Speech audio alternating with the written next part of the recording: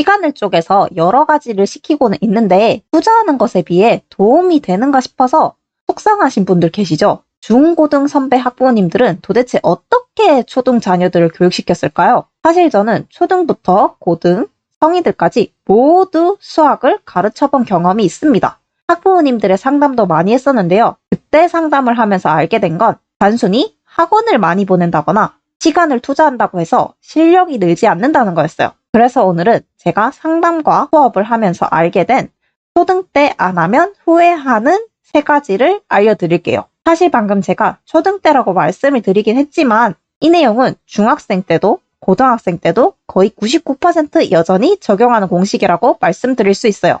그 정도로 정말 중요한 부분이니까 오늘 영상 끝까지 보시고 반드시 얻어가셨으면 좋겠습니다. 안녕하세요. 이해중심 수학을 교육하는 라비쌤입니다. 제가 3달 동안 딱 뭐만 했냐면요. 매일 수업하고 상담하고 그날 있었던 아이들 반응을 전부 기록했어요.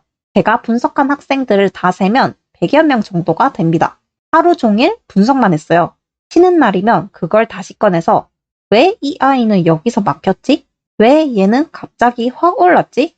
그렇게 하나하나 이유를 찾고 공통점을 정리하고 다시 다음 수업에 반영했습니다. 그리고 나서 어느 날 학원을 갔어요. 학원을 가서 학생들이 책을 펴길래 옆에서 책을 쓱 봤어요. 쓱 봤는데 너무나 무서웠던 게 어느 부분에서 막힐지 어떤 질문을 할지가 한눈에 보였어요. 그때 딱 이 생각이 들었죠. 이제는 아이들이 막히기 전에 먼저 도와줄 수 있겠다. 그러고 나서 그 다음부터는 학생들 실력이 안 느는 게 이상한 수업이 되었습니다. 제가 상담하면서 가장 많이 들었던 말이 있는데요. 우리 아이는 문제는 다 풀 줄 아는데 문장제를 못 풀어요. 라는 겁니다. 개념은 잘 알고 연산도 어느 정도 하는데 문장으로 된 문제만 나오면 이해가 안 된다는 거예요. 그래서 가장 먼저 말씀드리고 싶은 건 독서, 더 정확히 말하면 읽는 힘이에요. 저는 수학 선생님이지만 수학 못하는 아이들 중 절반은 문제를 이해하지 못해서 틀립니다. 문제집은 정말 많이 풀었는데 문장제만 나오면 손이 멈추는 경우죠. 그런데 그 전에 더 근본적인 문제가 있어요. 아예 문장을 제대로 읽지 못하는 경우도 정말 많아요. 아이한테 소리 내서 문제 읽어보라고 하면 단어를 빼먹고 조서를 건너뛰고 줄을 건너뛰는 경우가 진짜 많습니다. 그럼 저는 항상 이렇게 말해요. 읽을 수 있어야 이해도 할 수 있어요. 책을 많이 읽히는 것도 중요하지만 그보다 먼저 해야 할 건 하루 한 문제라도 소리 내서 정확하게 읽는 훈련이에요. 그리고 그 문장을 자기 말로 바꿔 말해보는 것. 이게 바로 독서의 첫걸음입니다. 2번째는 체력입니다. 제가 고3 때 체력이 완전히 바닥났던 시기가 있어요. 공부를 하고 싶어도 감기가 끊이질 않고 몸이 자꾸 아파서 도저히 집중이 안 되는 거예요. 그때 처음으로 공부는 의지만으로 되는 게 아니구나를 느꼈습니다. 지금도 수업하면서 보면 고등학교에서 성적이 쭉쭉 오르는 애들 특징이 있는데요. 그전엔 운동을 꾸준히 했던 친구들이 많다는 거예요. 운동으로 다져진 체력이 공부 체력으로 연결되거든요. 오래 앉아있고 끈기 있게 문제를 붙잡는 힘, 이건 책상 앞에서만 생기는 게 아닙니다. 그래서 저는 부모님들께 이렇게 말씀드려요. 운동은 공부를 할 수 있게 해주는 준비 과정입니다. 공부 시간을 확보하기 위해서라도 초등 때는 꼭 운동을 병행해야 합니다. 이건 절대 시간 낭비가 아니에요. 진짜로요. 마지막 3번째는 연산력, 즉 계산입니다. 수학을 못하는 친구들 중에 이런 경우가 있어요. 공식은 다 알아. 개념도 설명 잘해. 근데 시험에서는 틀려요. 왜냐면 계산이 느려서 시간에 쫓기거든요.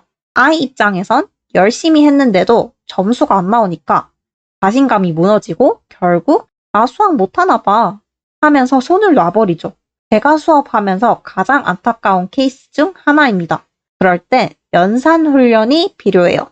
그냥 기탄 수학 이런 거 풀고 끝내는 게 아니라 왜 이렇게 계산했어? 이건 왜 이렇게 나오는 거야? 이걸 말로 설명할 수 있어야 진짜 연산력이거든요. 이게 중학교 가면 문자식 계산, 함수 계산으로 연결됩니다. 기초 연산력이 약하면 그때부터 수학이 무너지기 시작합니다. 자, 정리해 볼게요. 독서, 체력, 연산. 이 3가지는 당장 성적을 확 끌어올려 주진 않아요. 그런데 초등 때 이걸 해둔 아이들은 중고등에서 성장 곡선을 타기 시작합니다. 저는 고등학교 성적이 갑자기 떨어진 아이들의 공통점을 자주 보는데요. 그 아이들은 대부분 초등, 중등 시절에 모면하기 위한 공부를 했던 경우가 많았어요. 단기 기억, 시험용 공부, 눈앞의 점수만을 위한 학습이었죠. 그 공부는 오래 가지 않아요. 우리가 지금 해야 할 건 미래를 위한 투자입니다. 초등 때는 마치 땅을 다지듯이 느리지만 단단하게 쌓아야 합니다. 눈에 안 보일 수도 있어요.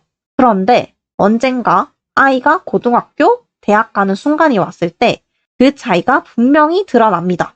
오늘 영상이 도움이 되셨다면 좋아요와 구독 부탁드리고요. 아래 고정 댓글도 확인해 보세요. 혹시 자녀 교육에 대한 고민이나 궁금한 점 있다면 댓글로 남겨주세요. 다음에도 더 깊이 있는 이야기로 찾아뵙겠습니다. 감사합니다.